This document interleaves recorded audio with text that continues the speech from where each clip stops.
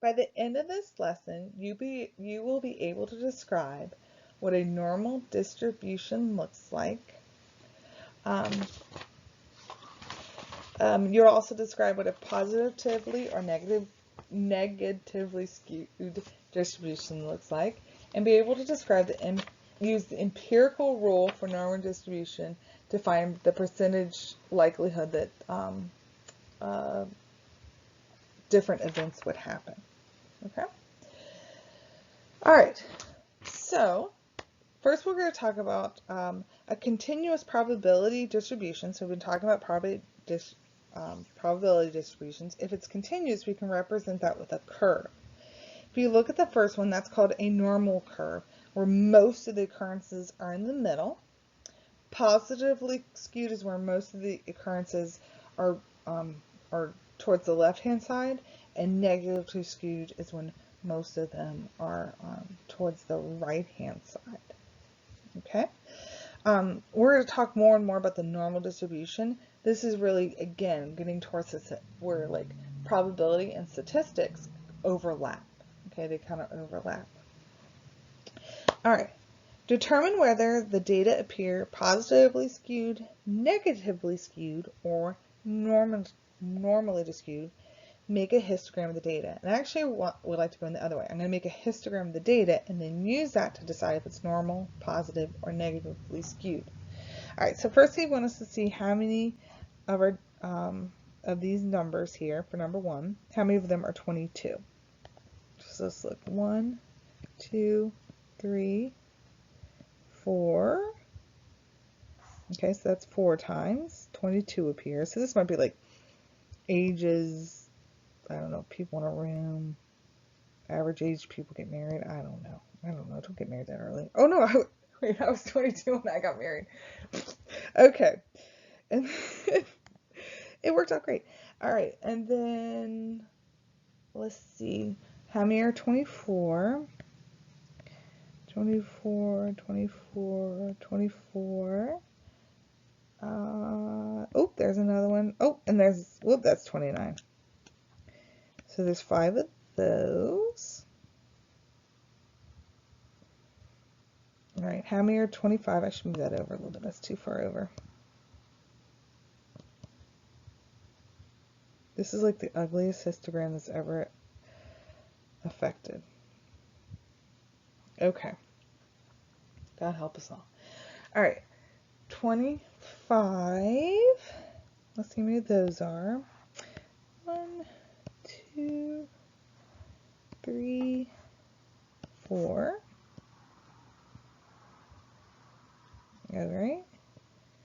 27. 1, 2, 3. And then finally 29 looks like just 2. All right. And you can draw like a curve on that if you want. Like, so here would be the curve that's on that. And if you notice, that is positively skewed.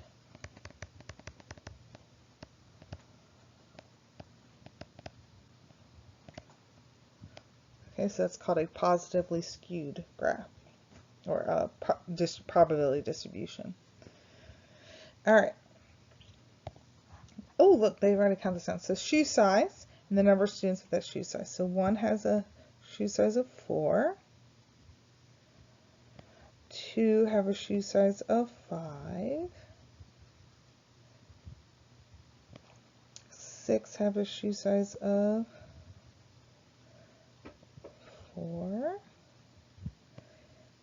7 would be all the way up at 8.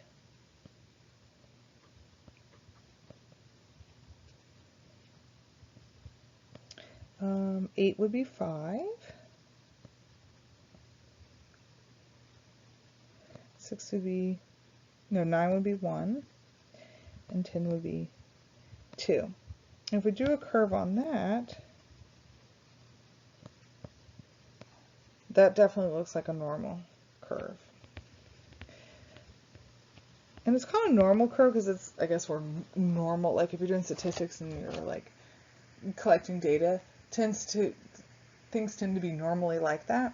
So if we like really looked at shoe sizes, there'd be more people with an average shoe size. So that would be your middle, is where your average is. And then as you go away from the average, less and less. So a lot less people with small feet, less people with bigger feet. All right. So the probability of getting someone with an average shoe size is higher than someone who has a really big foot. So like I am maybe towards a bigger foot, and so my shoe size in women is less likely to happen.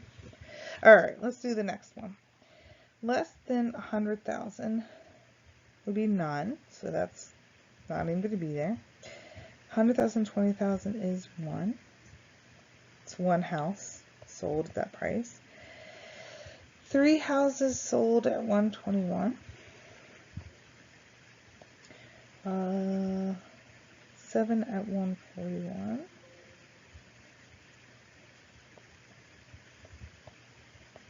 Let's see, at 161 was 8. 181 to 200 is 6. And then more than that, oh, there's not one for that. So let's say over 200 would be 12. I'll fill that in. All right, and if you look, that is negatively skewed. Okay, so that's a negatively skewed.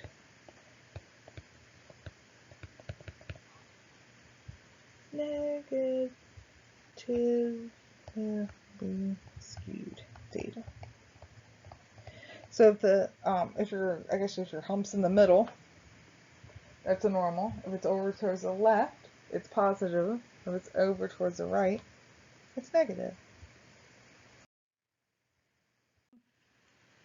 All right, so we're going to talk more about the normal distribution.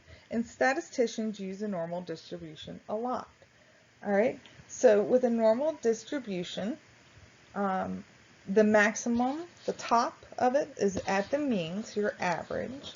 The mean and the median should be this, and the mode should be the same. So most people should be in the middle, which is your average. 68% of the values are within one standard deviation of the mean. Okay, so let me just tell you what that means. So standard deviation is on average how far someone is away from the mean. Okay, so if we're talking about IQ, so we're going to put IQ over here on the side. The average IQ is 100. Okay, the average IQ is 100, so we'll call that average. The standard deviation is 15. So, whoops. So 115, and then 100 would be 85. And what they're saying is the standard deviation, on average, people are about 15 away from an IQ of 100. Okay, so that's where most of the people are, within that one standard deviation. All right. So this says 68% of your data. If I give it another standard deviation, so let's do 130, and 85 minus 15 is 70. Now that's 2 standard deviations, and 95% of your data would be there. Okay. And then finally, if I add it, so now we're talking about genius level over here and not so genius level over here. Now we're talking 99% of my data is in between here. So if I graph that, we'd say, okay, it would be here. Notice it's symmetric, so these two would probably go up there, and then it gets lower. And so this would be a curve. Oh, that was horrible on this side. Well, that one side is good, but this one I just cannot draw. Let me try that again. It's supposed to look the same on both sides. Okay. So that is a normal curve. Okay, and it used to be one that talked about like curving your grade. When you curved a grade, it wasn't to make your grade higher. It was to put the average grade at C. So, and I'm going to write this down, but you don't need to write this down. So if I want my average grade to be C, then as I go in this way, most of my students should be between a B and a D. So those should be within one standard deviation. And then even further away should be my A and an F. So curving your grade does not mean just making your grade higher. So let's say the average grade is a 50. then let's say the standard deviation is like, I don't know, 10 points. So an A would turn into a 70, a D would be 40, and an F would all be down at a 20. But let's say the average grade was a 90 with a standard deviation of 5. Then you'd have to get a 95 to get a B. You'd have to get 100 to get an A. You'd have to get an 85 to get a D, and then anything an 80 or below would be an F. But if you curved it right, only a few people from your data would be there. So that's what they really mean by curving your grades, because you want most of the people here to C, most of the people here, and then very few people here. But the definition of curving grade has definitely changed since then, because one of the big shifts was, I don't know, I'm going really off on a tangent, was in the Vietnam area where people wanted kids to do well in school. Because you do in school, you didn't go in the draft. So they would say, hey, I curved the grade. Look at all these people with A's. All right. So normal curve, it's shaped, sometimes it's called the bell curve. Okay, so lots of times it's called a bell curve because it's shaped like a bell. I like to think about it, it's like if you heard it, it would be like when you're popping popcorn, it like pops slow and then bunch of pops, and then it drops off and you have fewer pops. All right. So if you want to like probability that pop at 1 minute, it's a lot because there's a lot popping at the minute. And if you go on any of the edges, less and less popcorn kernels pop. All right. When we're talking about this, so 68% of our data is within one standard deviation mean, and the mean's always in the middle. Your average is always in the middle. So I'm going to see if I can fit this in here. I can't zoom on this. Oh, that's pretty bad. So if we kind of split that up, so that means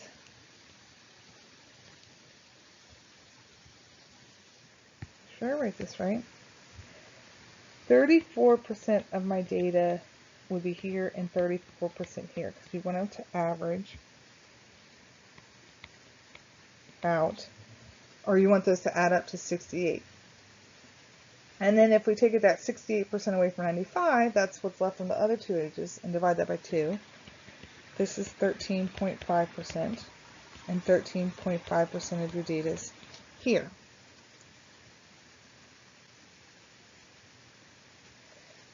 And then just 2% of your data is here and here. And then just 0.5% of your data is down here and here. And we're going to use those percentages to answer some questions. Let me write this in here. So 2%, 0.5%. Okay. So that would mean if I'm here, nope, no, I don't want to say that. I changed my mind. All right, so egg production. The number of eggs laid per year by a certain breed of chicken is normally distributed with a mean of 225, and the standard deviation is 10. All right, so we're going to answer questions about that. The easiest way to do it is I like to actually draw this out on a graph. So my average is 225. Then my standard deviation is 10. So it would be add 10 to that, add 10 to that, and then add 10 to that. And then subtract 10.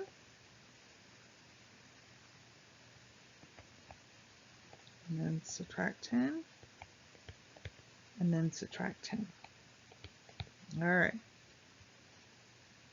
And then I like to draw a graph in that. And again, I try to make these dots the same. And I am really bad at drawing this graph for some reason. Okay, so we'll split that into sections.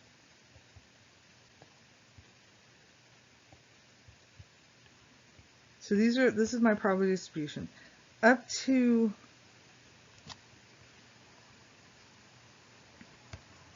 here is like 34%, so we're going to write, for some reason this thing does not let me write sideways. I'm trying, so it does not want me to write over here? 34%.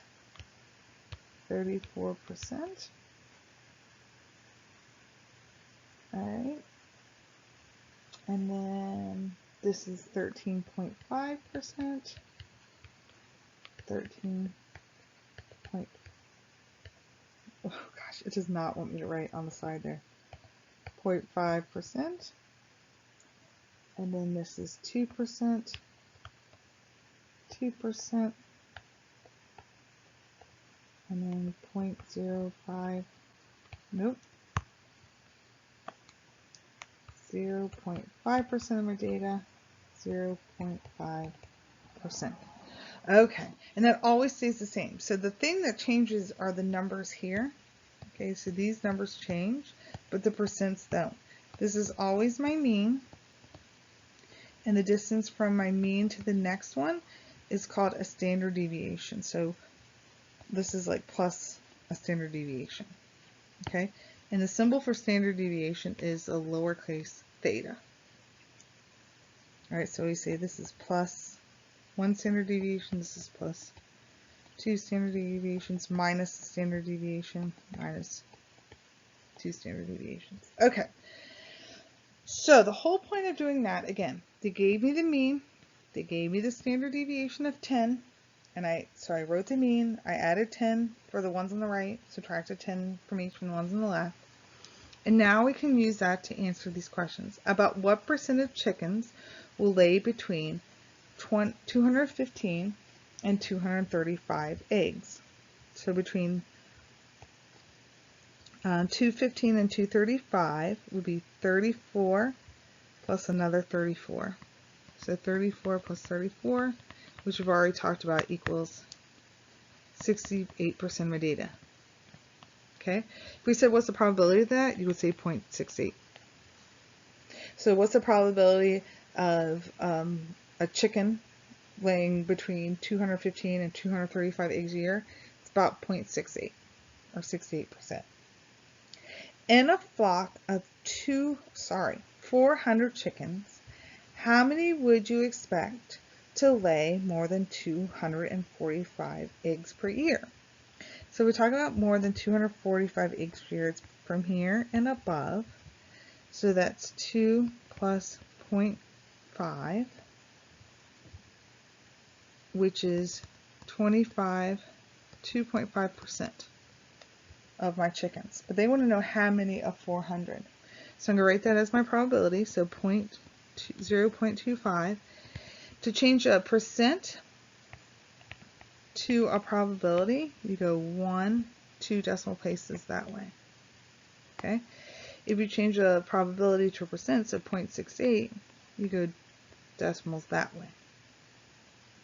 Alright, so 0.25 of 400, or 0.025 times 400, because remember it's 2.5%, and I move my decimal place 2 places to the left, is 10 chickens. Right, we would expect 10 chickens to do that. So I used the normal curve to find what the percent is, change that percent to a decimal, and multiply times the total. Again, to solve these questions, it's really good to have the visualized graph in front of you.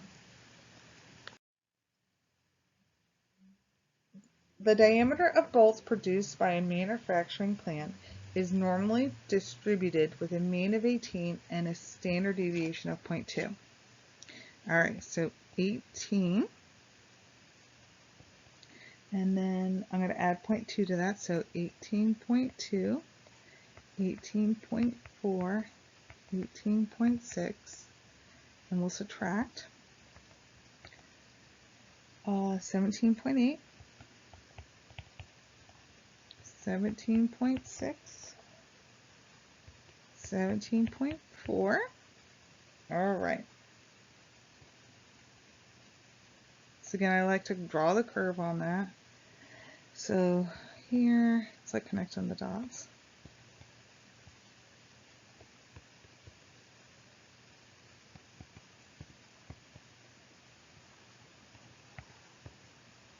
Again, the shape and the graph does not change. The percents don't change. It's the number underneath that you're given change.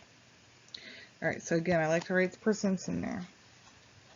So it's 0.5%, 2%, 13.5%, 34% of my data is here, 34% of my data is here.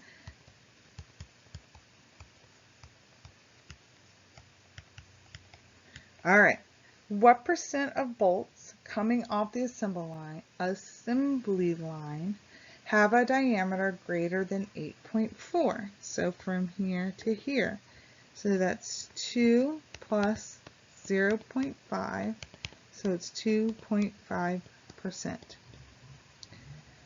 What percent have a diameter between 17.8 and 8.2? So between here, whoops, you can't see that, between here and here. So that's 34 plus 34, which is 68%. So normal distributions are a bell shape, okay, that the hump's in the middle and it goes out symmetrically on the sides. Positively skewed or towards the left, negative towards the right. If I have a normal distribution, we have what's called the empirical rule, and that's where these percentages are here based on how far away your standard deviation is. And you can use that to find the percents probability of certain events occurring.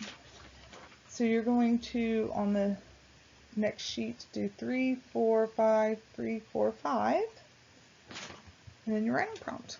Actually, is it? No, I lied. It's 3, 4, 5, 4, 5, and then writing prompt.